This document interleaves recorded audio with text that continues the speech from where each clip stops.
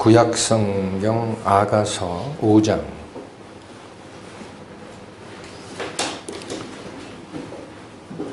구약성경 962페이지입니다. 아가서 5장 2절부터 9절까지.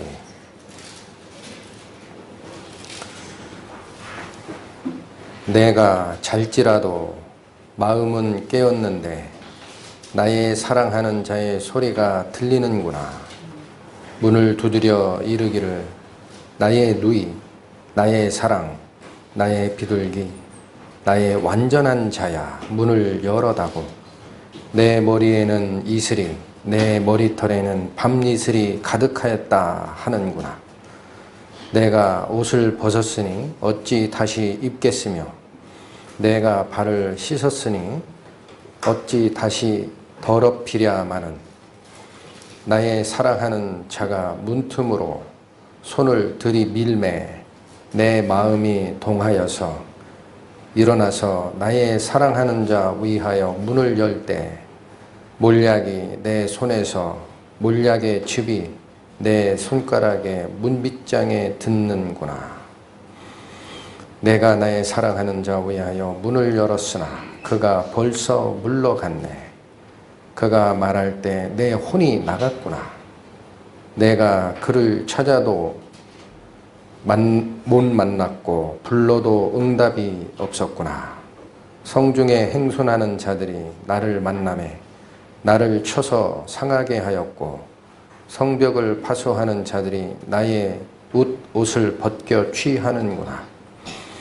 예루살렘 여자들아, 너희에게 내가 부탁한다. 너희가 나의 사랑하는 자를 만나거든 내가 사랑함으로 병이 났다고 하려무나. 여자 중 극히 어여쁜 자야. 너의 사랑하는 자가 남의 사랑하는 자보다 나은 것이 무엇인가? 너의 사랑하는 자가 남의 사랑하는 자보다 나은 것이 무엇이기에 이같이 우리에게 부탁하는가? 같이 기도드리시겠습니다. 하나님의 은혜를 감사드립니다. 항상 저희와 함께 계셔서 저희가 버려야 될 것이 무엇인지를 말씀으로 증거하여 주시고 또한 그 말씀이 역사하게 하사 비록 빠르지는 않지만 조금씩 저희가 닮아가야 할 곳을 향하여 한 걸음씩 나아가게 됨이 모두 다 하나님의 은혜인 줄 압니다. 오늘 이 말씀을 가지고 교제를 함에 있어서도 하나님께서 저희의 마음을 주관하여 주셔서 그 뜻하시는 바와 하나님께서 인도하시고자 하는 은혜의 그 진정한 의미 속으로 우리가 들어갈 수 있도록 이끌어 주실 것을 부탁드립니다. 이 모든 말씀 거룩하신 주 예수 그리스도의 이름 받들어 기도 올렸습니다. 아멘. 아가서는 전에 한번 말씀을 드렸죠. 노래 중에 노래, 또 솔로몬이 나의 완전한 자라고 칭했던 술람미 여인에게 보냈던 사랑의 연가.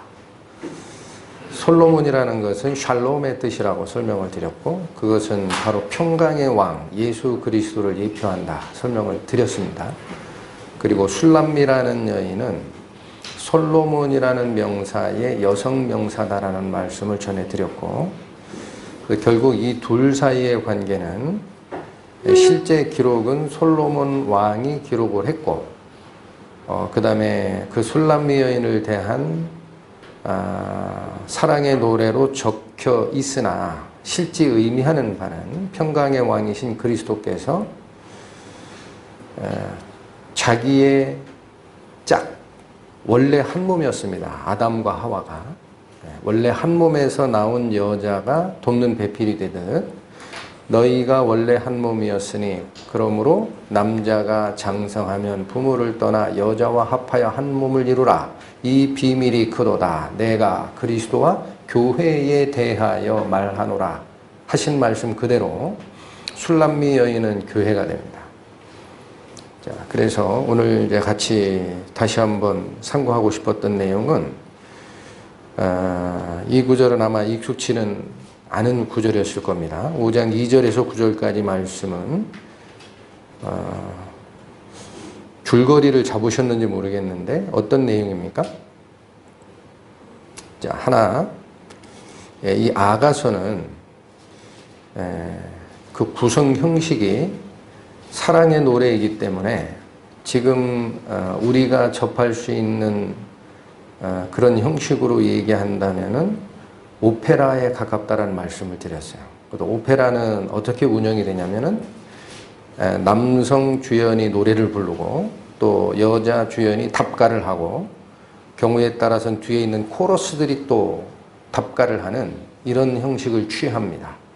그래서 여기도 이게 누가 하는 얘기인지를 모르면 누가 누구에게 대한 사랑의 노래인지를 이해하고 쫓아가는데 조금 어렵죠. 그래서 여러분들이 나중에 그 어플리케이션 성경이 있어요. 거기에 공동번역이나 공동번역으로 제가 기억을 하는데 거기를 열어보시면은 누구 노래인지가 앞에 나옵니다. 자, 그래서 지금 이 내용은 2절부터 8절까지는 술람미 여인이 부르는 그 대목입니다. 술람미 여인의 말이에요. 그리고 9절은 뭐냐면은 이거는 코러스의 그러니까 배경에 서 있었던 제3의 무리들, 이게 예루살렘 사람들이라고 표현합니다. 그렇게 구성되어 있다라는 구조를 일단 머릿속에 기억하시고 2절에서 8절까지의 말씀이 지금 핵심입니다. 근데 거기 보면 내가 잘지라도라는 것은 이 신부인 술람미 여인이 잠자리에 들은 거예요.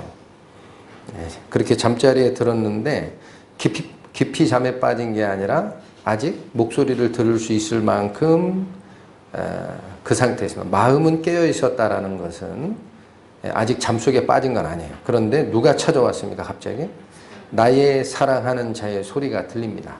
그러니까 신랑이 방문한 거예요. 그런데 3절에 보면 내가 이미 잠자리에 들었는데 신랑이 오셨다고 내가 마중 나가려고 그러면 옷도 다시 입어야 되고 또 어떻게도 해야 돼요. 마중하러 걸어도 가야 되고 하니까 내가 옷도 입고 또 발도 다 씻고 잠자리에 들었는데 다시 행장을 챙겨 문을 열어주러 나가야 되느냐, 이게 귀찮은 겁니다.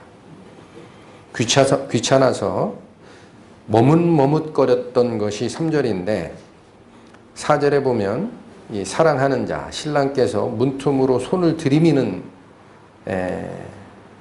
장면이 나옵니다. 그러니까 이것에 의해 마음이 동하여지고 5절에 이제는 그 문을 열어주려고 행동이 나갔고 6절은 문을 열었어요. 그런데 나가보니까 이미 방문했던 신랑은 어떻게 되어 있습니까? 물러갔습니다. 물러갔네, 이미. 제가 이거 2번 읽어드리려고 하다 시간상 지금 설명만 되는 거예요. 6절 보세요. 내가 나의 사랑하는 자를 위하여 문을 열었으나 그가 벌써 물러갔네. 가버리셨어요, 주님이. 자, 그러니까 이게 얼마나 안타깝습니까? 불러도 대답이 없고 어디 있는지 찾아도 찾을 수가 없다. 그리고 헤매고 돌아다니는데 7절 성중을 다 헤맨 모양이에요. 근데 행순하는 자라는 것은 순찰자입니다. 순찰자. 그러니까 통상 낮에 순찰을 하는 것은 아니고 밤에 순찰을 합니다. 야경꾼이라고 우리가 통상 부르죠. 그리고 지금 이 장면은 신부인 술람미 여인이 잠에 들었던 그 상태니까 밤에 찾아오신 거예요, 예수님이. 그러니까 그 밤중에 문을 열어봤더니 신랑이 이미 사라지고 없으니까 성중을 헤매는데 문제가 뭡니까? 그 행손하는 자들이 나를 만남에 나를 쳐서 상하게 합니다. 그뿐 아닙니다. 성벽을 파수하는 자, 파수꾼들도 나를 우습게 여기고 내 웃옷을 뺏어버립니다. 자, 이게 하나님의 사랑의 대상인 교회가 수모를 당하는 모습이에요. 예수님을 놓쳤을 때는 수모를 당하게 됩니다. 그리고 나서 정신없이 예루살렘 여자 계속 돌아다니다가 예루살렘 그 사람들에게 내 사랑하는 자를 봤으면 나에게 좀 얘기 좀 해달라. 내 얘기를 좀 전해달라. 내가 미숙해서 그 방문의 목소리를 듣지 못하였으나 내가 사랑에 병이 났다고 좀 전해달라. 이렇게 청하니까 9절에 그 예루살렘 사람들이 뭐라고 질문을 합니까? 네가 사랑하는 자가 다른 사람들이 사랑하는 자보다 뭐가 좋길래 그렇게 우리에게까지 부탁하면서 절절히 찾아달라고 얘기하니. 그 내용이 지금 읽으셨던 2절에서 9절까지의 전체의 스토리입니다. 잡으셨습니까? 네, 이제 살피겠습니다. 그렇다면 2절 보시면 내가 잘지라도 마음은 깨었는데 나의 사랑하는 자의 소리가 들리는구나. 문을 두드려 이르기를 나의 누이 나의 사랑 나의 비둘기 나의 완전한 자야 문 열어다고. 그런데 내 머리에는 계속 이어집니다. 내 머리에는 이슬이 내 머리털에는 밤이슬이 가득 하였구나. 언제 오신 거예요? 밤이슬을 맞으면서 천리길이 멀지 않다 이렇게 생각하고 달려오신 예수님 모습이에요. 밤이슬을 마다하고 그 사랑의 여인을 찾아오는 모습인데 3절이 내가 옷을 벗었으니 어찌 다시 입겠느냐. 나 이미 잠자리에 들었는데 내 신랑 맞으러 다시 채비를 하고 나가서 문 열어주려니까 어떻습니까? 귀찮습니다. 자, 그러니까 지금 2절부터 3절까지 상황을 보시면은 하나님이 그리스도께서 우리 각 성도들을 방문할 때 그 음성을 약하게는 듣는 상태예요. 왜냐? 잘지라도 마음은 깨어 있습니다. 약간은 들을 수 있는 상태인데 예수님의 그 극진한 사랑의 소리를 들었는데도 여기 나의 누이, 나의 사랑, 나의 비둘기, 나의 완전한 자야 문 열어다고 그렇게까지 얘기하셨어요. 내가 왔다. 문을 열어라. 하는데도 왜 이 여인은 그 목소리를 듣지 못하였을까? 이것이 우리가 첫 번째 살피고자 하는 내용입니다. 저는 이 말씀을 이렇게 받았습니다. 그리스도인이 잔다라는 표현은 대부분 언제 씁니까? 육체가 죽었을 때도 쓰지만 영적인 각성 상태가 무뎌졌을 때 이 말씀을 사용을 하십니다. 영적 각성 상태가 무뎌졌을 때 너희가 잔다 그래요. 그만 자고 일어나라. 그런 말씀들을 하십니다. 자, 한번 보실까요? 에베소서 5장입니다. 신약성경 315페이지 에베소서 5장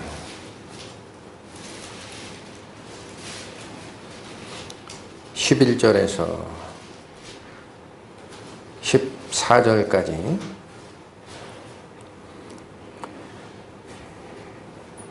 너희는 열매 없는 어둠의 일에 참여하지 말고 도리어 책망하라.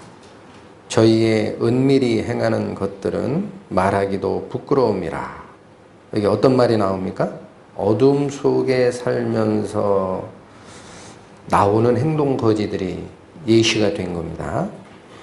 13절 그러나 책망을 받는 모든 것이 빛으로 나타나나니 나타나지는 것마다 빛이니라.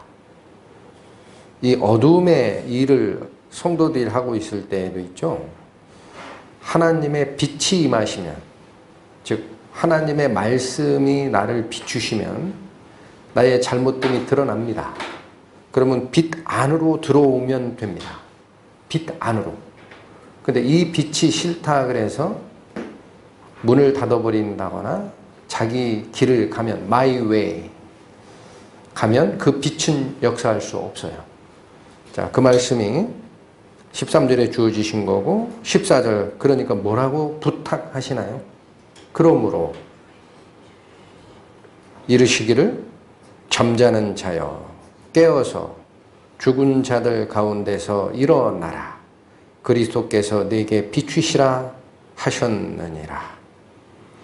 지금 여기 있는 에베소서 5장의 이 말씀들은 구원받은 성도들에게 사도 바울이 권면하는 말씀이었습니다. 믿지 않는 이방인에게 대한 얘기가 아닙니다. 제가 지금 11절부터 읽어드렸는데 바로 위에 10절을 보시면 주께 기쁘시게 할 것이 무엇인가 시험하여 보라. 이 말씀을 먼저 주셨어요. 예수님을 주라고 부를 수 있는 자들은 성도들밖에 없습니다. 그러니까 지금 11, 12절은 빛의 자녀이지만 신앙생활이 무감각해지고 내가 살고 있는 삶에 젖어서 목소리를 들을 수 없는 상태에 임했을 때 일어나는 어둠의 일의 결과물들을 먼저 제시를 하신 거고 13절은 거기서 나오는 방법은 예수 그리스도의 빛이 책망의 빛입니다. 항상. 제가 계속 강조해 드립니다만 어떤 설교 말씀이나 성경 말씀에서 우리 보고 뭔가 책망하는 성경의 말씀이 열릴 때 내 마음을 눈을 예수님께 맞추셔야 됩니다. 계속 맞춰야 됩니다. 그걸 옆으로 틀거나 아, 왜 저런 말 하지? 하고 문을 닫아버리는 순간 빛은 이미 못 돌아갑니다. 책망이 있으면 빛과 연결이 되는 게 13절은 말이에요. 그러면 그것이 그대로 빛을 받고 있으면은 그리스도의 은혜의 빛 안에서 나의 잘못됨이 드러나고 내가 그분께 기도할 수 있고 그분께서 나를 치유하는 그런 과정이 있다라는 것입니다. 이 13절이. 그러니까 14절은 뭐예요? 부탁하는 거예요. 그러니까 자고 있는 자가 있으면 신앙생활이 하나님의 음성과는 단절이 되고 빛과는 단절이 돼서 어두움 속에 있는 자가 있으면 이제는 죽은 자들 가운데서 누가 죽은 자예요? 아직 영이 살지 못한 자, 구원받지 못한 자, 걔네들처럼 같이 살지 말고 그 자들 안에서 깨어서 일어나라. 그래야 그리스도가 너희에게 비칠 것 아니냐. 이 말씀이 여기 나옵니다. 자, 그래서 다시 본문으로 가세요. 본문은 표시를 해주시고 계속 갈 거니까. 그래서 저는 이 아가서 5장 2절의 말씀을 내가 잘지라도 마음은 깨었는데 하는 이 잔다라는 표현이 영적인 표현으로는 하나님과의 교류가 뭔가가 막히고 그분의 질책의 말씀이 나한테 걸림이 되고 문제가 되고 내가 그걸 뭔가 막고 있는 상태가 아닌가 그렇게 영적으로 받았어요. 그런데 그 주님의 소리를 들을 수 있는 마음이 완전히 닫힌 건 아니에요. 깨어 있었어요. 그때 예수님이 오신 겁니다. 신랑께서. 그러시면서 나의 사랑하는 자의 소리가 들리는구나 하고 보니 문을 두드려 이르기를. 자, 여기 뭐 하십니까? 신랑이 오셔서 맨 처음에 하시는 거? 문을 두드립니다. 항상. 마음 자기가 생각하신 대로 문을 스스로 열고 두르시는 법이 없어요. 제가 상고한 말씀으로는 하나님께서는 구원을 받을 때 그 구원의 역사를 내가 받아들이는 과정에서도 우리의 선택을 요구를 하시고 그 다음에 구원받은 성도들이 하나님의 질책의 말씀과 하나님의 권면의 말씀을 받을 때도 스스로 마음의 문을 닫고 있을 때 억지로 여시는 분이 아닙니다. 꼭 문을 두드려요. 지금 여기도 그 상황이죠. 밤에 밤니스를 맞으며 달려오신 그분이 왜 문을 두드려 열고 들어가지? 근데 꼭 문을 두드려요. 근데 이 술람미 여인이 머뭇하다가 놓쳐버렸잖아요. 신랑이 가버립니다. 계속 기다리는 게 아니에요. 자, 그래서 여기 문을 두드린다는 이 말씀도 이 아가서는 사랑의 노래이기 때문에 사랑의 짝인 그리스도께서 당신의 사랑의 짝인 교회 또는 성도에게 문을 두드리는 모습인데 사랑 때문에 문을 두드리는 걸로만 보이죠. 그렇잖아요. 지금 여기 5장 2절만 보시면 내 사랑하는 자가 왔다 문 열어라 라는 의미 밖에는 안 보이죠, 잘. 그런데 성경 말씀을 보시면은 성도들에게, 특히 성도들에게 그리스도께서 그 각각 개인의 마음의 문을 두드릴 때는 항상 뭐랑 연결되어 있느냐? 책망과 연결되어 있습니다. 이것도 찾아봅니다. 요한계시록 3장 신약 403페이지.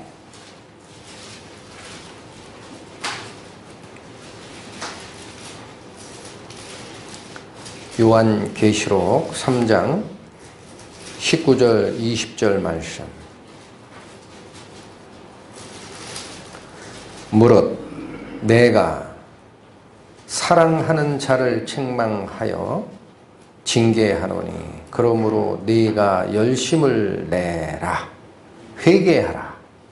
앞에 명령이 뭐가 먼저 나왔습니까? 사랑하는 자를 책망하고 징계한다라는 거예요. 그러니까 네가 마음을 돌이켜야 된다라는 말씀을 주시고 20절 볼지어다. 요 히브리식 그 문학적 표현이라고 합니다. 히브리 사람들, 유대인들이 쓰는 이 볼지어다라는 이 표현은 있죠. 정신 집중하시오라는 표현입니다. 이제 정신 똑바로 차리고 내 말 들으세요. 그런 얘기예요. 볼지어다.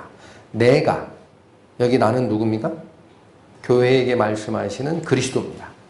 내가 문 밖에 서서 두드리노니, 두드리는 위치가 어디서 두드리나요? 문 밖. 여기 이 문은 각각 개인의 마음의 문이에요. 그 문 밖에 서서 두드리노니 누구든지 내 음성을 듣고 문을 열면, 이게 조건이에요. 그렇죠? 스스로 열고 들어오시는 하나님이 주님이 아닙니다. 문을 열면 내가 그에게로 들어가 그로 더불어 먹고 그는 나로 더불어 먹으리라. 이 상호간에 먹는다라는 것은 교제의 삶을 얘기를 합니다. 교제의 삶.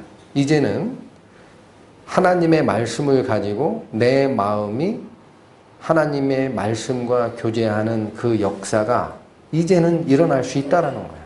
그러니까 항상 문을 열 때, 문을 열라라고 주장할 때는 나의 사랑을 받아주세요라는 개념도 있지만은 뭔가 문제가 있을 때 주님이 자꾸 문을 두드리는 거예요. 열어라.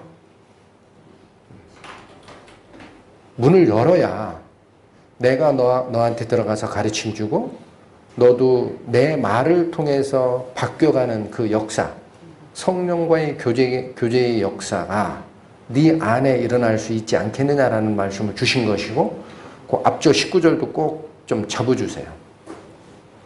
꼭 좀 잡아주세요. 지금 이 20절 말씀은 구원받지 못한 사람에게 복음을 전할 때도 씁니다. 그런데 원래 요한계시록 3장의 이 말씀은 교회의 말이에요. 교회에 대한 말이에요. 그래서 우리는 그렇게 받아야 됩니다. 원래대로. 그래서 19절은 무릇 내가 사랑하는 자를 책망하며 징계하노니 그러므로 네가 열심을 내라. 회개하라. 마음을 돌이키란 얘기예요. 지금 뭐가 잘못됐다. 다시 본문으로 돌아오십니다. 2절 내가 잘지라도 마음은 깨었는데 나의 사랑하는 자의 소리가 들리는구나. 문을 두드려 이르기를 나의 누이 나의 사랑 나의 비둘기 나의 완전한 자야 문 열어 다고. 내 머리에는 이슬이 내 머리털에는 밤이슬이 가득 하였다라고 얘기를 하신다라는 거예요. 그런데 3절 보면 내가 옷을 벗었으니 어찌 다시 입겠으며 내가 발을 씻었으니 어찌 다시 더럽히랴. 이게 마음에 있는 마음이었어요. 그 술람미 여인의 마음이 귀찮다라는 거예요.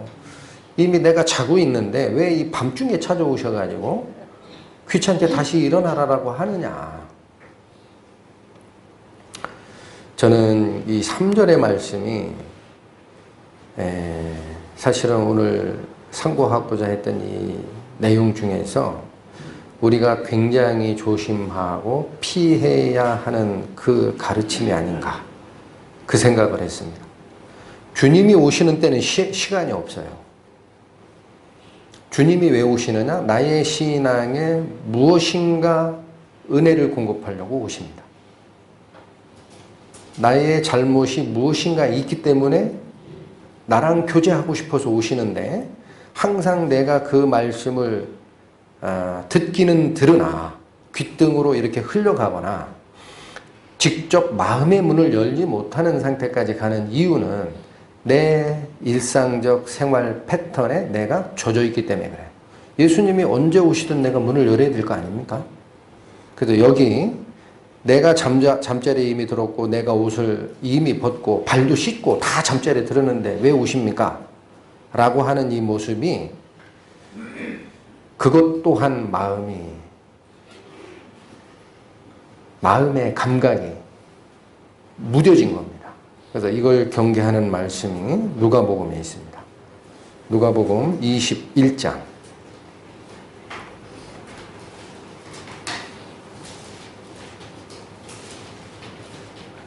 34절 말씀.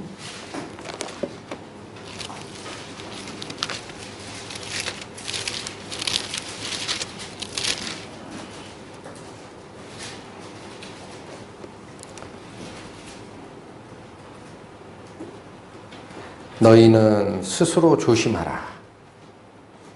그렇지 않으면 방탕함과 술 취함과 생활의 염려로 마음이 어떻게 됩니까? 감각이 둔해집니다. 감각이 둔해집니다. 내가 당장 내일 뭔가를 해야 되는 일이 있고, 내가 당장 예를 들면 학생들은 진학의 문제가 있고, 직장인들은 승진의 문제가 있고, 또 부모님들은 자녀 교육에 대한 문제가 있고, 이런 것들이 우리가 세상 속에 몸을 담고 살아가고 있기 때문에 어쩔 수는 없어요. 근데 굉장히 중요한 것은 그 일을 하는 과정에서도 무엇만큼은 열려 있어야 됩니까? 하나님을 향한 마음의 문. 지금 근데 그 염려가 너무 커지면 마음의 감각이 둔하여진다라고 되어 있어요.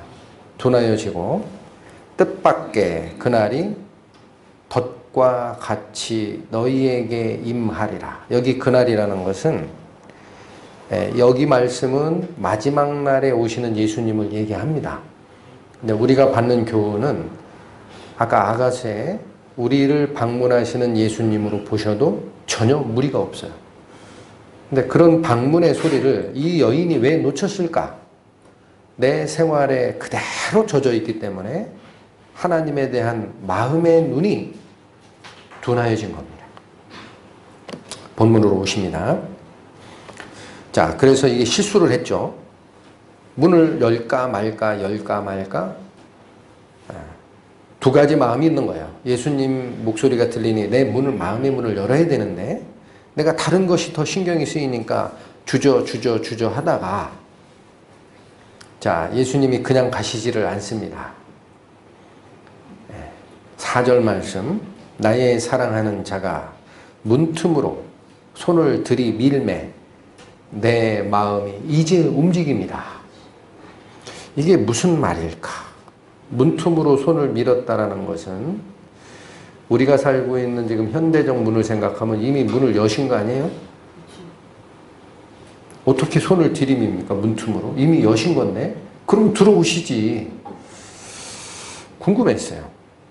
그래서 이거는 그 이스라엘의 문화적 역사를 조금 추적을 해보니까, 이 당시 구약시대의 문은 요즘처럼 잔물통으로 잠그는 그러한 시건장치는 없었답니다. 그래서 어떻게 문을 열고 닫느냐면, 우리 옛날에 시골에 그 목재 대문 닫아보신 분들 아시죠? 안에서 어떻게 빗장을 이렇게 걸죠. 안에서 잠게 되어 있어요. 그런데 밖에서 열 때는 어떠냐면, 지금 슬라이드는 제가 일부러 준비를 안 했는데, 요 빗장을 딱 이렇게 딱 낀 상태에서 요 옆에 손이 들어갈 만한 구멍이 있어요. 그 기록을 제가 봤습니다. 다행히. 그래서 예를 들어 주인도 밖에 나갔다가 들어올 때는 이 열쇠 더미를 가지고 다니는데, 구약의 기록에 뭐 열쇠를 어깨에 메고 다녔다라는 표현이 있어요. 그것도 제가 참 이해가 안 갔어요. 우리 알고 있는 열쇠는 요만한데 여기다 달면 되지. 그게 아니라 굉장히 큽니다. 길어요. 그래서 그 열쇠를 어깨에 메고 다닌다는 표현이 역사적 그 내용을 쫓아가다 제가 이해가 갔는데 그 열쇠를 같이 문틈으로 집어넣는데요. 그리고 요 빗장 걸은 거 있죠. 그거를 이렇게 탁 쳐서 여는 방법이 구약식 문을 여는 방법이었다. 자, 그래서 4절의 말씀은 나의 사랑하는 자가 문틈으로 손을 들이밀매 내 마음이 그때서야 움직였다라는 말씀이 있죠. 그래서 문틈으로 들이밀었다라는 개념은 문을 연 게 아니다라는 것을 설명을 드린 겁니다. 그런데 예수님은 문틈으로 손을 들이밀었으나 억지로 문을 여는 게 아니에요. 그리고 그냥 가십니다. 뒤에 보면. 그럼 이게 또 뭘까? 그래서 궁금해서 제가 역시 또 찾아봤더니 열쇠로 열려고 손을 들이미는 과정이 아니고 어디서 아주 그 손님들이 왔을 때 집주인이 없으면 내가 다녀갔다라는 표시를 하는 게 있답니다. 옛날에 유대인들의 문화 방식이 어떻게 하느냐. 손을 거기다 들이밀어 가지고 여기 문빗장 있죠. 그 근처에다가 내가 다녀갔다라는 뜻으로 그 향수 같은 거. 지금 여기 모략이라고 나오죠. 그걸 발라놓고 간대요. 그걸 발라놓고 내가 다녀갔다라는 표시로. 그렇지 않으면 누가 왔다 갔는지를 모르니까. 그러니까 지금 여기 그 내용을 전체를 보시면은 예수님이 문을 열려고 손을 들이민 건 아니에요. 네가 안 열어주니 이제 나는 그만 가노라. 그 개념으로 거기다가 몰약을 발라놓고 가신 겁니다. 상황이. 자, 그래서 4절, 5절을 보시면 나의 사랑하는 자가 문틈으로 손을 들이밀매 그제서 내 마음이 동하였습니다. 그러면 이게 뭘까? 5절에 보니까 일어나서 나의 사랑하는 자 위하여 문을 열 때에 이제 그 술람미 여인이 신랑을 맞이하려고 문을 열라고 그 문빗장을 이렇게 뺐겠죠. 여는 쪽으로 문빗장을 잠긴 상태에서 열린 상태로 여는 과정에서 이 말씀이 또 나옵니다. 좀 이해하기가 약간 어렵게 되어 있는 문장 구조인데 모략이 내 손에서 모략의 즙이 내 손가락에서 문빗장에 듣는구나. 이 듣는다라는 건 떨어진다라는 거예요. 그런데 왜 갑자기 자던 이 여인이 이제는 문을 열어드려야 되겠다 하고 마음이 동해서 그 문을 여는 과정에 손에서 모략이 떨어졌다라는 걸 굉장히 강조를 할까? 아까 제가 모략은 어디서 나온 겁니까, 그러면?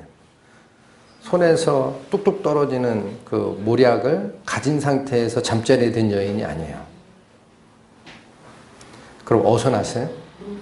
예수님이 문틈으로 손을 들이밀어 내가 다녀갔노라 라는 표시를 했을 때 그 문빗장에 뭐를 발라놨다라고 옛날 유대인의 관습에 따라 설명을 드렸습니까?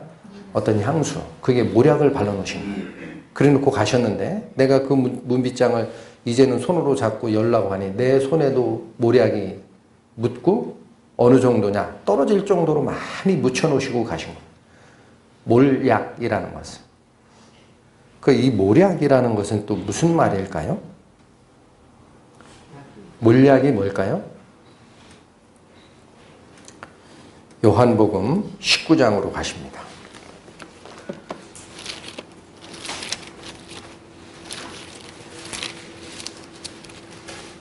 요한복음 19장 39절 말씀.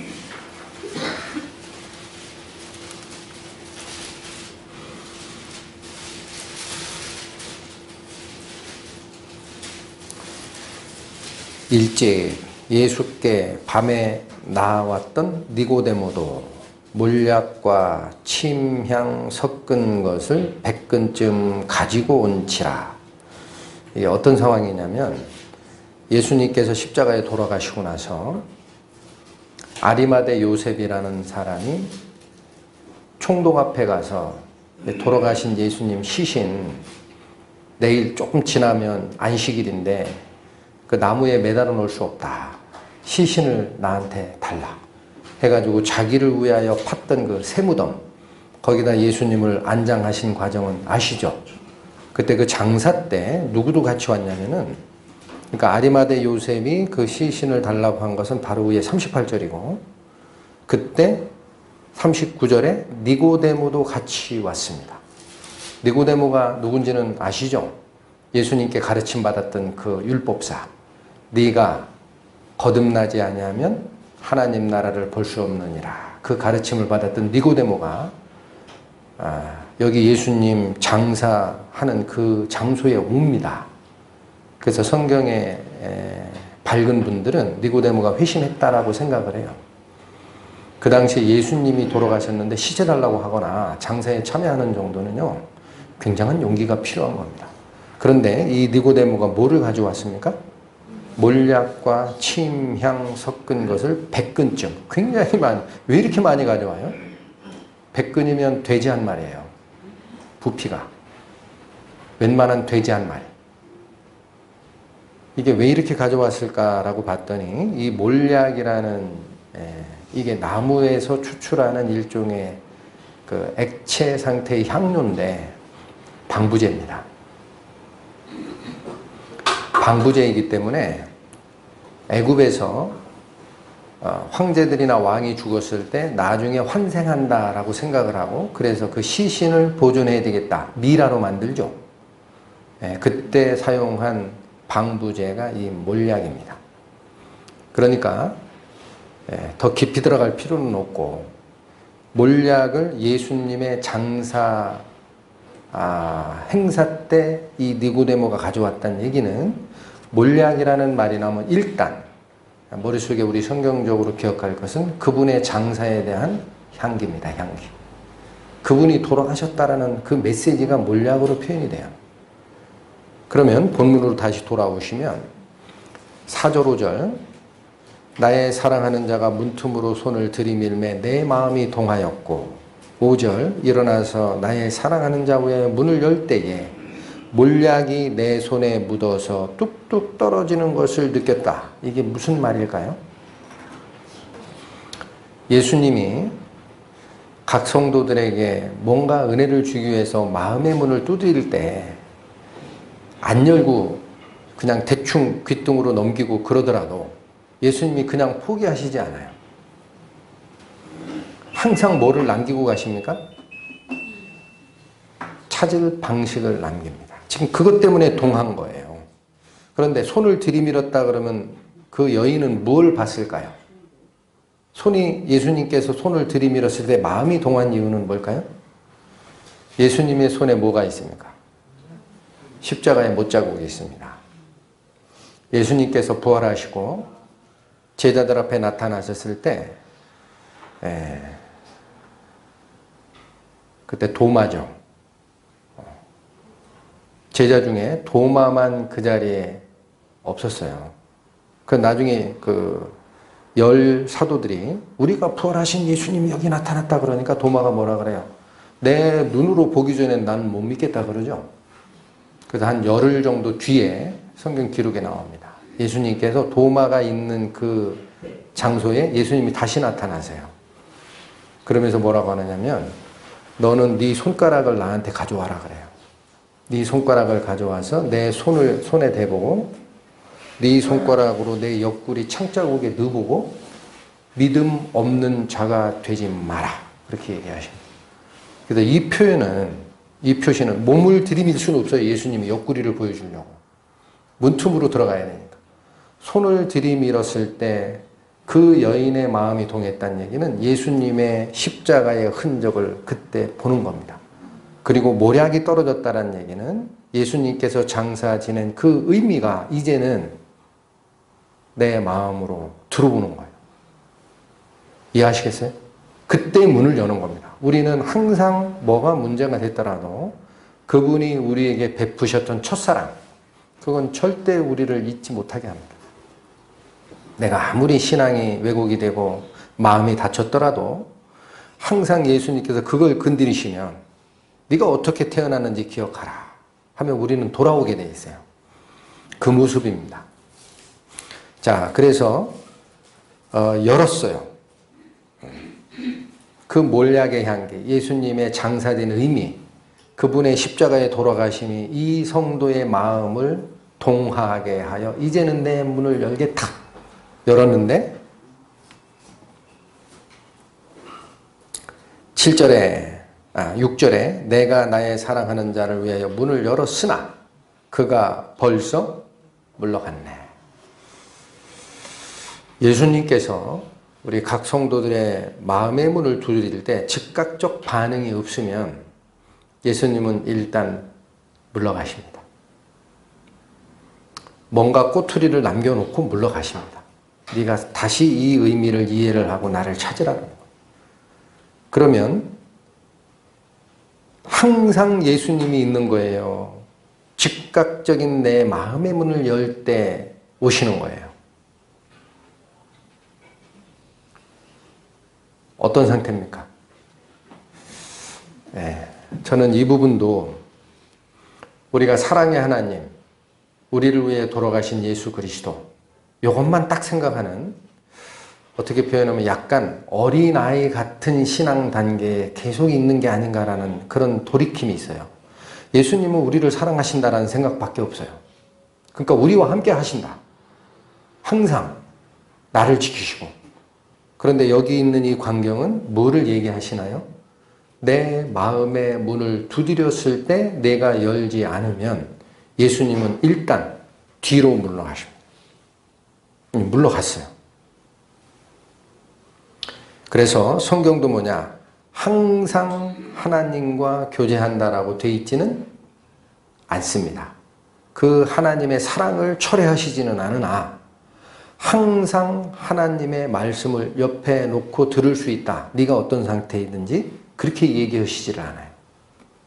성경을 한번 찾을까요? 이사야 55장.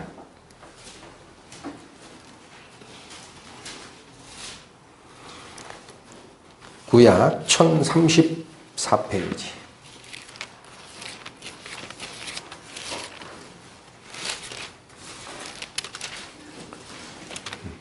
이사야 55장 6절 말씀.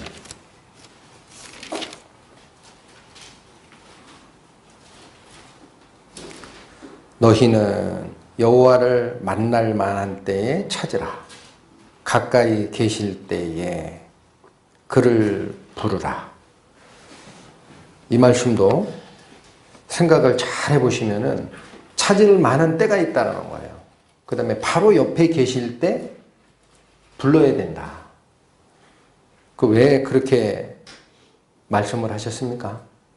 내 마음의 문이 닫힌 상태가 웬만큼 진행이 되면은 내 마음의 감각이 무뎌지고 나는 예수님의 그 가르침에서 일단은 떨어질 수 있어요. 그걸 경고하신 말씀으로 저는 받고 있습니다. 예수님을 만날 때, 만날 만한 때에 찾아라. 그렇지 않으면 예수님이 물러가는 이유가 없죠. 예, 본론으로 다시 돌아옵니다.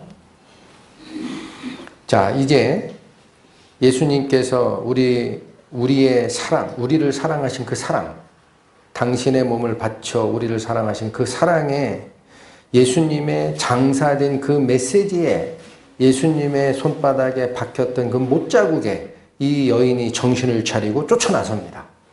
예수님을 찾아가야 되겠다. 7절 성중에 행순하는 자들이 나를 만나매. 이건 이 여인이 집안에 가만히 있는데 그 순찰꾼들이 집까지 온 것이 아닙니다. 차로 돌아다니는 거예요. 성중을 막 헤매는 거예요. 그랬더니 누구랑 맨 처음에 만납니까? 그 야경꾼들, 순찰자. 그러면 여기도 이 말씀을 읽다가 제가 이 하나님을 일단 놓친 자들이 어떤 대우를 받는구나 라는 걸 마음속에 많이 생각을 해봤거든요. 순찰자들은 누구를 잡기 위해서 일을 하는 자입니까? 도적이나 위험한 인물들을 혹시 그런 자들이 선하게 살고 있는 자에게 위해를 끼칠까봐 그 사람들을 보호하려고 돌아다니는 거예요. 성중에서. 근데 이 순찰자를 행순하는 자들이 그 여인을 만났습니다. 그럼 그 여인이 누군지 몰랐을까요? 아예? 이 성의 주인은 예수님입니다. 하나님을 쫓아가는 무리인지도 알아요. 그런데 예수님을 떠났다. 그 상태에서 이 자들이 하는 게 그 여인을 쳐서 상하게 합니다.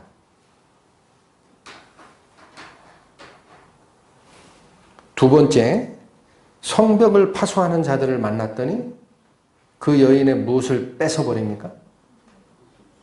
옷이라고 되어 있는 것은 겉옷이에요, 겉옷. 겉옷을 뺏어요.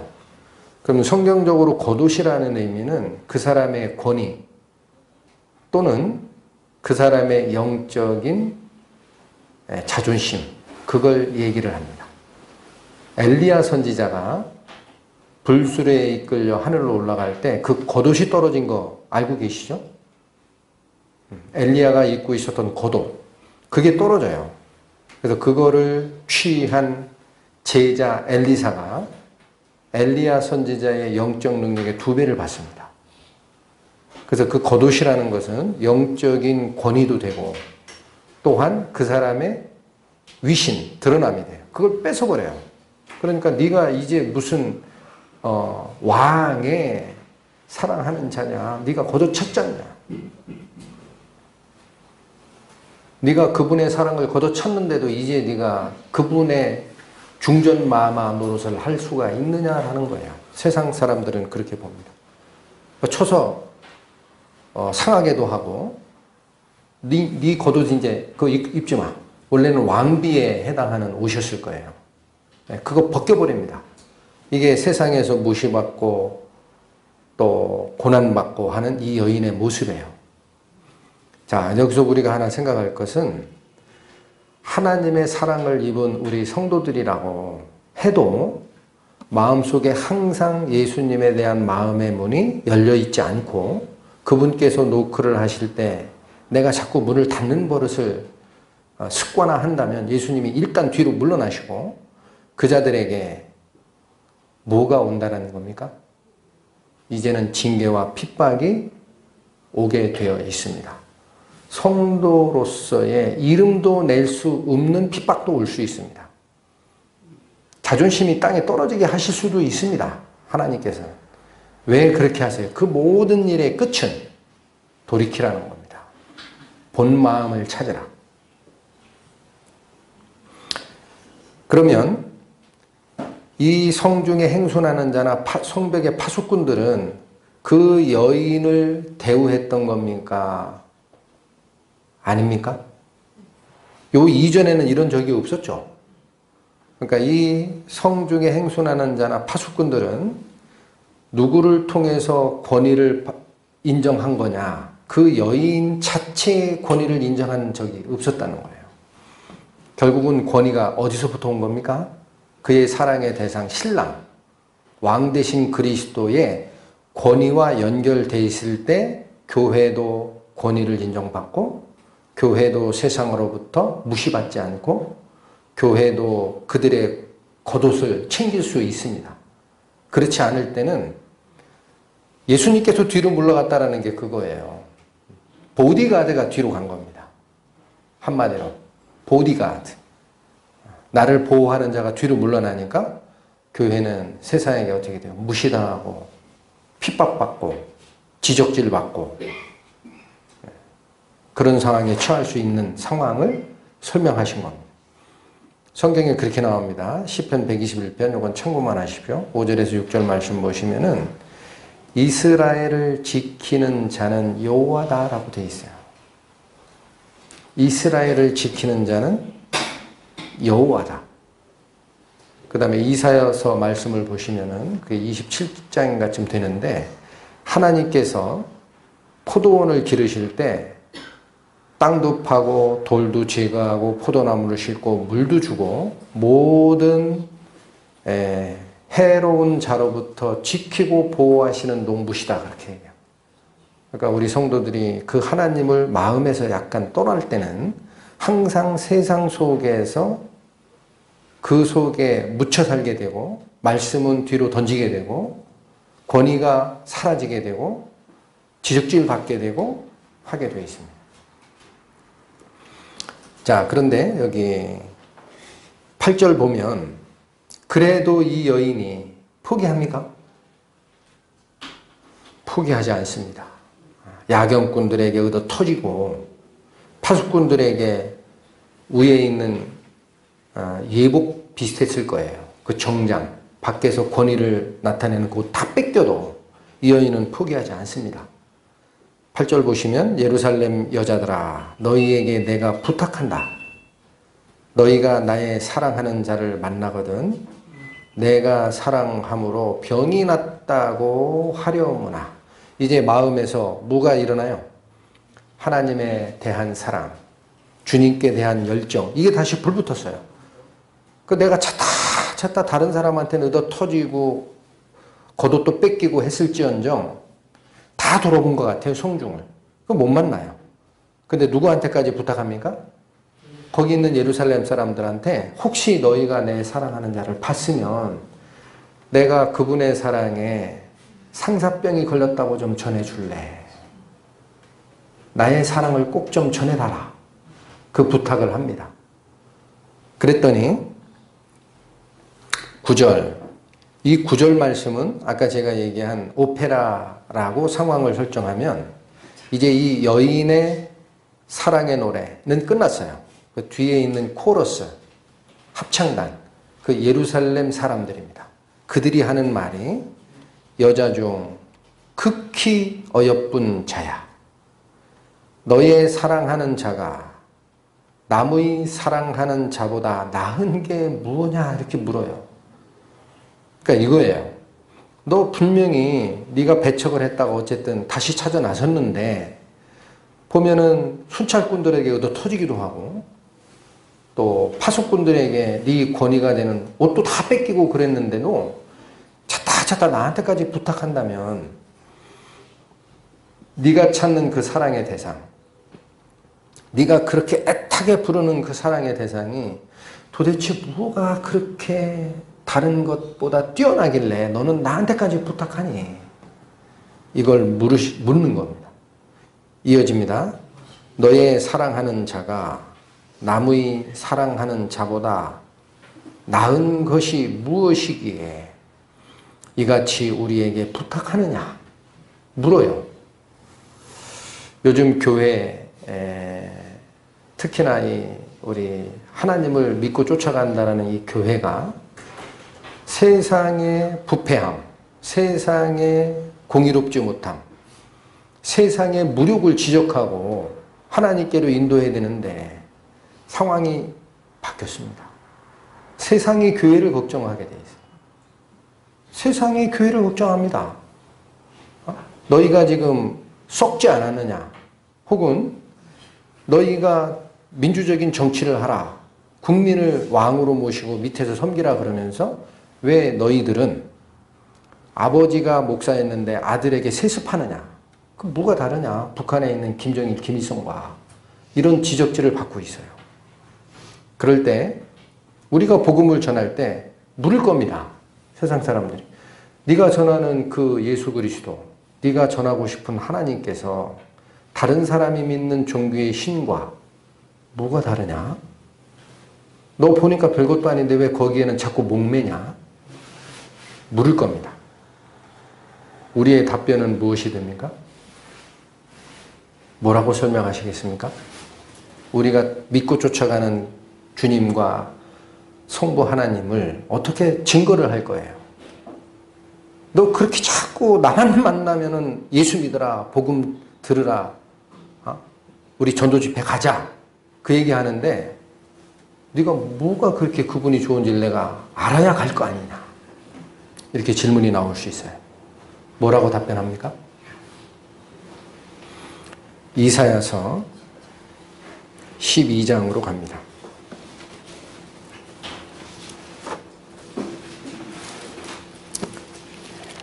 이사야 12장 2절에서 5절까지. 보라, 하나님은 나의 구원이시라. 내가 의뢰하고 두려움이 없으리니 주 여호와는 나의 힘이시며 나의 노래시며 나의 구원이심이라. 그러므로 너희가 기쁨으로 구원의 우물들에서 물을 기르리로다. 2절과 3절은 뭘 찬양하는 겁니까? 하나님의 구원. 연결됩니다. 4절, 그날에 너희가 또 말하기를 여호와께 감사하라. 그 이름을 부르며 그 행하심을 만국 중에 선포하며 그 이름이 높다 하라. 2절, 3절은 하나님께서 베푸신 구원을 얘기했다면 4절은 그러므로 너희가 그분을 찬양해야 마땅하다라는 얘기를 하십니다. 5절은 왜 찬양해야 되는지를 얘기합니다. 여호와를 찬송할 것은 극히 아름다운 일을 하셨음이니 온 세계에 알게 할지어다. 하나님을 찬양하고 하나님께서 찬양을 받으실 이유가 뭐라는 거예요? 지극히 아름다운 이 일을 그분이 하셨다라는 겁니다. 무엇이 지극히 아름다운 일입니까? 하나님께서 베푸신 지극히 아름다운 일이 무엇입니까? 앞에 있던 2절, 3절이에요. 다시 보세요. 보라, 하나님은 나의 구원이시라. 내가 의뢰하고 두려움이 없으리니 주 여호와는 나의 힘이시며 나의 노래시며 나의 구원이심이라. 그러므로 너희가 기쁨으로 구원의 우물들에서 물을 기르리로다. 여기에 연결될 말씀이에요. 그러니까 하나님께서 찬송받을 이유가 가장 아름다운 일을 하셨기 때문에 찬양을 받을 충분한 자격이 있으신 분이다. 그 일이 무엇이냐? 구원을 베풀었다라는 거예요. 그런데 어떻게 베푸셨습니까? 어떻게 베푸셨어요? 요한일서로 갑니다. 요한일서 4장 신약 392페이지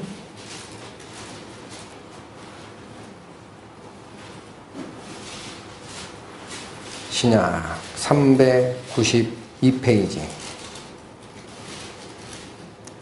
요한일서 4장 10절 사랑은 여기 있으니 우리가 하나님을 사랑한 것이 아니요.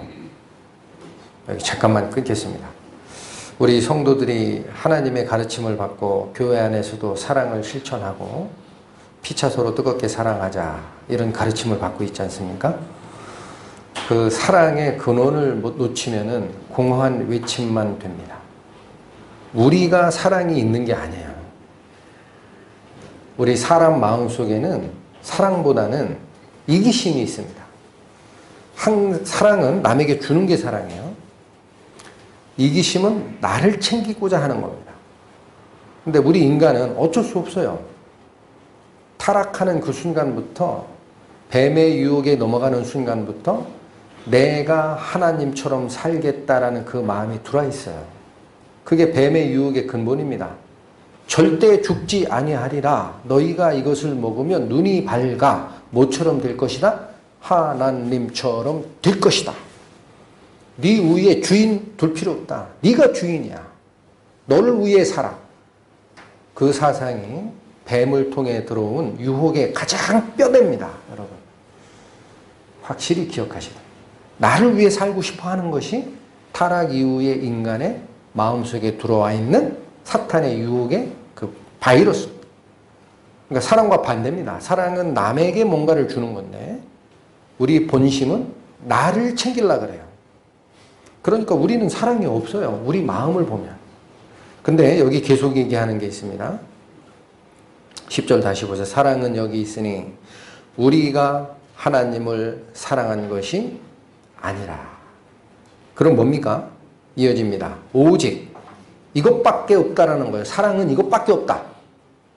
다시 보세요. 10절. 사랑은 여기 있으니. 이게 사랑이란 얘기죠.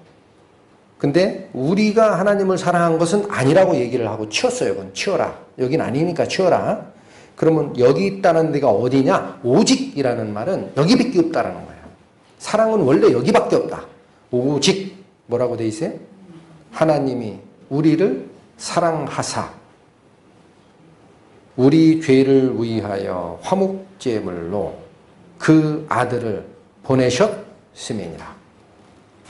그게 사랑의 근본입니다. 그게 사랑의 근본.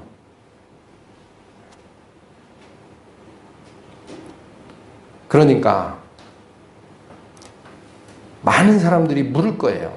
또는 내 스스로도 질문이 나올 수 있습니다. 너는 무엇길래 네가 지금 호구지책으로 하는 직장일 혹은 공부 혹은 승진하는 것 혹은 집을 늘려가는 것 그런 것보다 하나님을 더 사랑하느냐라고 질문이 올 수도 있고 밖에 있는 사람들이 우리가 전도를 할 때 네가 얘기하는 하나님이 뭐길래 부처도 있고 무함마드도 있고 많잖아. 태양신도 있고 그 하나님이라는 분이 도대체 뭐길래 네가 그렇게 나한테까지 애걸복걸하면서 그 사랑의 대상을 찾아달라고 하느냐 라고 질문이 올 때 우리의 답변은 이겁니다. 하나님께서 그 거룩하신 하나님이 당신의 영화로움을 뒤로 잠깐 보류하시고 가장 낮은 인간의 모습으로 구더기 같은 인생이라 그랬어요. 몸을 직접 쓰고 오사 스스로 당신의 목숨을 제물 삼아 드림으로써 죄의 형벌을 대신 받으신 그것, 그게 화목 제물입니다. 우리가 받을 벌을 하나님께서 대신 지심으로 독생자 예수 그리스도께서 대신 지심으로 우리는 더 이상 영원한 죄의 형벌에서는 면책이 된 자입니다. 그것이 사랑입니다. 하나님께서 내려오셨다라고 증언하실 수 있어야 됩니다. 우리는. 왜 우리가 그분을 사랑하는지를 아느냐? 그분이 직접 내려오셨다. 그분이 사랑을 가지고 직접 내려오셨다. 자기 목숨을 많은 자들의 대속물로 주려 함이라 그렇게 되어 있습니다. 그것이 바로 우리가 해야 할 답변입니다. 자, 그리고 조금 더 살필 건데요.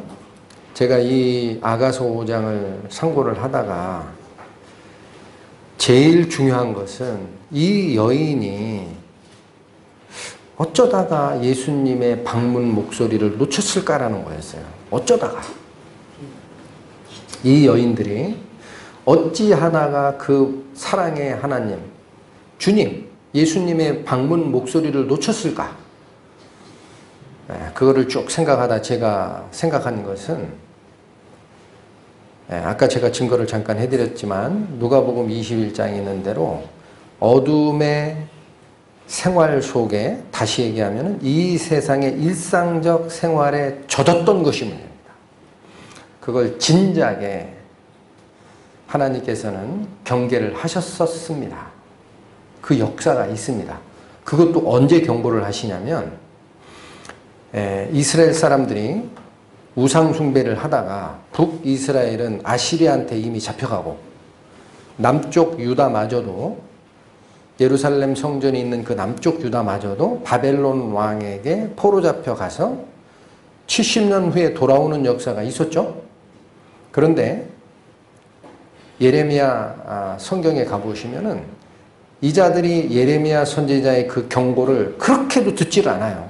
그러다가 결국 히스기야 왕 양쪽 눈이 빼지고 네가 하나님을 바라보는 능력이 없다. 그런 사인입니다.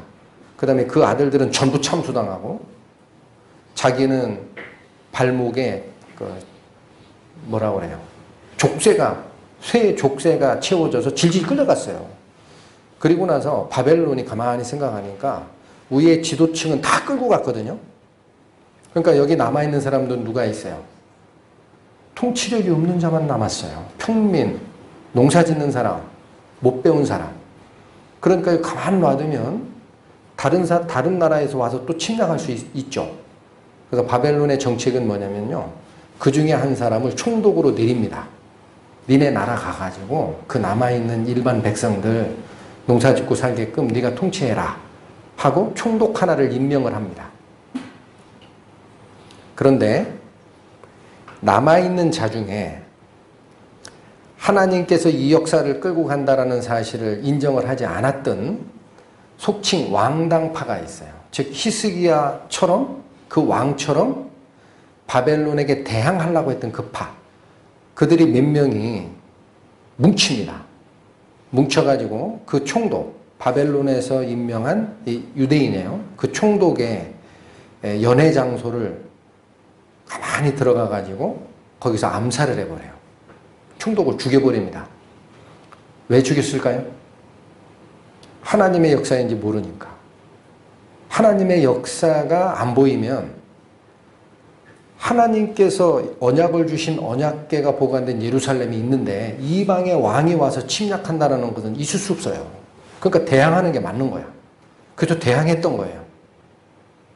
그런데 이건 하나님의 역사죠. 왜냐? 여기는 더 이상 어떻게 할 수 없다라는 거. 우상으로 쪄들었다.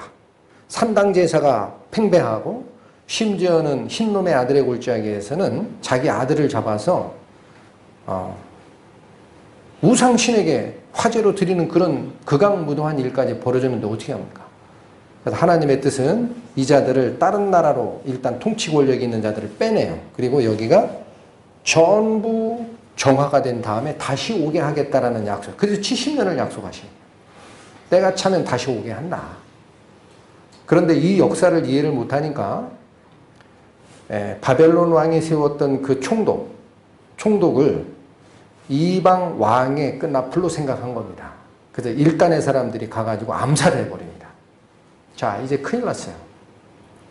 나머지 사람들이 이거 큰일 났구나 해서 그들을 다 토벌해요. 쫓아내요. 그러니까 다른 사람의 전체의 뜻이 아니에요. 일부의 뜻이었습니다. 그러니까 그들은 다 쫓아내고 이 회의를 합니다. 야, 큰일 났다 이제. 바벨론 왕이 세우는 총독을 우리가 암살을 했으니 바벨론이 군대 파견해서 싹 죽일 거야. 어떻게 할까? 예레미야 선지자를 또 부릅니다. 우리에게 하나님의 말씀을 전해달라 그래요. 우리 마음에 합하든 합하지 않든 하나님 말씀을 우리가 그대로 쫓을게 그래요. 그러니까 예레미야가 뭡니까? 한 일주일인가 요구했어요. 잠깐 나한테 시간을 달라. 하나님께 기도할게. 그 다음에 나한테 와라. 그 날짜에 쫓아가세요. 했더니 예레미야가 뭐라고 하나님 말씀을 증거했습니까? 여기서 그냥 바벨론 왕을 섬겨라 그렇게 했어요. 괜찮다. 내가 지켜준다. 너희가 바벨론 왕이 군대 파견해서 니네들 진멸할까 봐 겁나지? 괜찮아. 이게 하나님 뜻이야 그런 얘기예요. 이걸 내가 멸망시킬 뜻이 있는 게 아니다. 우상을 깨끗게 하고 싶었다. 그러니까 여기서 그냥 살라 그래요. 근데 하나님이 이미 아셨어요. 만약 너희가 이 명령을 거역하고 애굽으로 도망가는 일이 있으면 그걸 아십니다, 하나님. 왜냐하면 바벨론과 애굽은 세상적으로 서로 양대 권력에 축였어요. 그러니까 가까웠어요, 애굽하고. 그러니까 그 자들이 애굽으로 피해야 할 거를 하나님이 아신 거예요. 만약 너희가 백성들을 이끌고 애굽으로 들어가면 내가 바벨론 왕을 이끌어서 칼을 쥐어서 너희 끝까지 쫓아가서 다 죽게 할 거야. 대항하지 말고 여기서 살아라.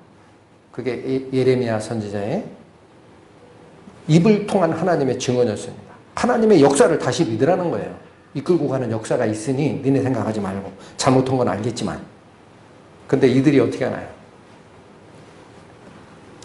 처음에 예레미야 선지자에게 부탁할 때는 우리 마음에 합한 말이든 합하지 않든 말이든 하나님의 말씀이면 우리가 쫓을 테니까 제발 물어주세요 그랬어요. 우리의 길을 가르쳐주세요. 가르쳐줬습니다. 애굽으로 내려가지 말라고.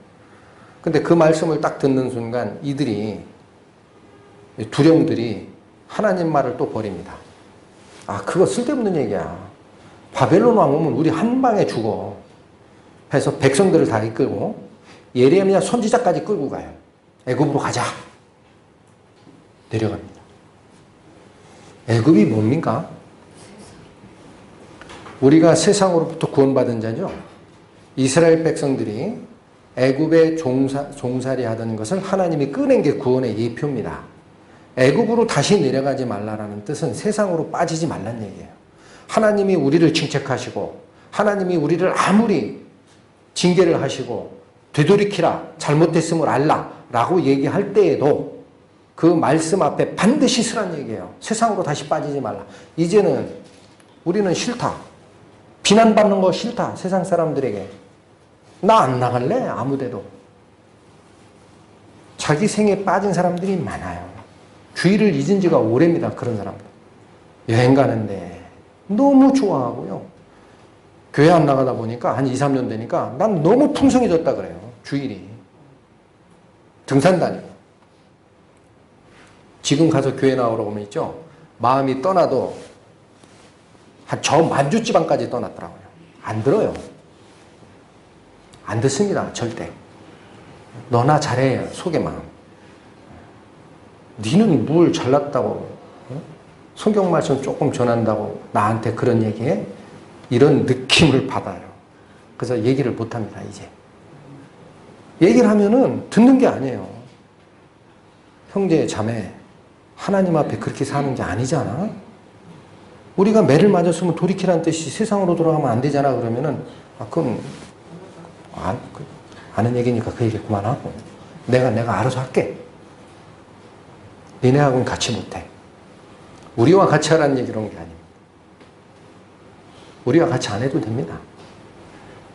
그게 지역교회가 많아요.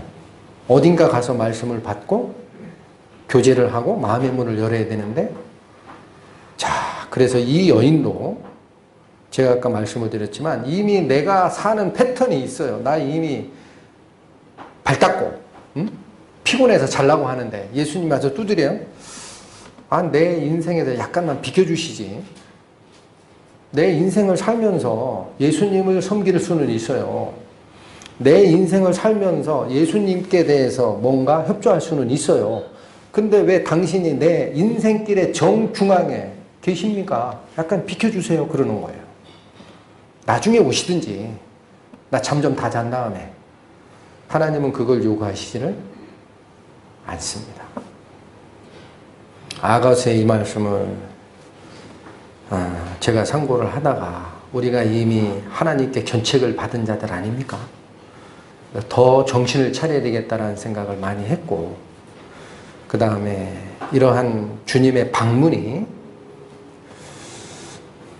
성도들의 각각의 신앙생활에 각각의 마음의 문을 두드리는 역사가 있습니다. 지금 있습니다. 저는 압니다. 여러분 스스로 다 경험할 거예요. 그 문을 잠지 마세요. 열어야 됩니다. 항상 하나님은 뭐 때문에 오십니까? 첫 번째, 책망을 위해 오십니다. 참 희한하세요. 예수님이 오셔가지고 문을 두드릴 때는 먼저 회개하라는 말이 먼저 나옵니다. 항상 성경에. 너희가 뭔가 잘못됐음을 있음을 알라. 그럼 내 목소리가 들렸느냐? 분명히 내 목소리인지 알았느냐? 그러면 그 목소리에 문을 열라. 그래야 내가 너한테 들어가서 교제를 할 거 아니냐. 네가 나한테 기도할 것도 있고 내가 너한테 벌해라고 요구할 것도 있고 그 교제가 살아나야 네가 다시 빛의 세계로 들어올 수 있지 않느냐. 자는 자들아 죽은 자 사이에서 깨어 일어나라. 그리스도께서 너희에게 비추시리라. 이 말씀이 2018년 새해를 맞이해서 우리가 다시 한번 마음속에 간직해야 할 말씀이 아닌가 싶어서 같이 상고하는 시간을 가졌습니다. 마치겠습니다. 하나님의 은혜를 찬양드립니다. 미약한 저희를, 부족한 저희를 아직도 내 마음의 갈등과 싸움하는 저희를 주님께서 품어주시고 저희의 마음문을 두드려 주시네. 저희가 곁길로 가지 않고 하나님의 음성을 좇아 당신의 성품에 닮아가는 변화의 삶을 살 수 있습니다. 남은 시간도 저희 마음속에 함께 하셔서 우리 마음의 문이 닫히지 않게 하여 주시고 당신의 영화로운 그 역사 안으로 우리를 인도하소서. 주 예수 그리스도의 이름으로 기도 올렸습니다. 아멘.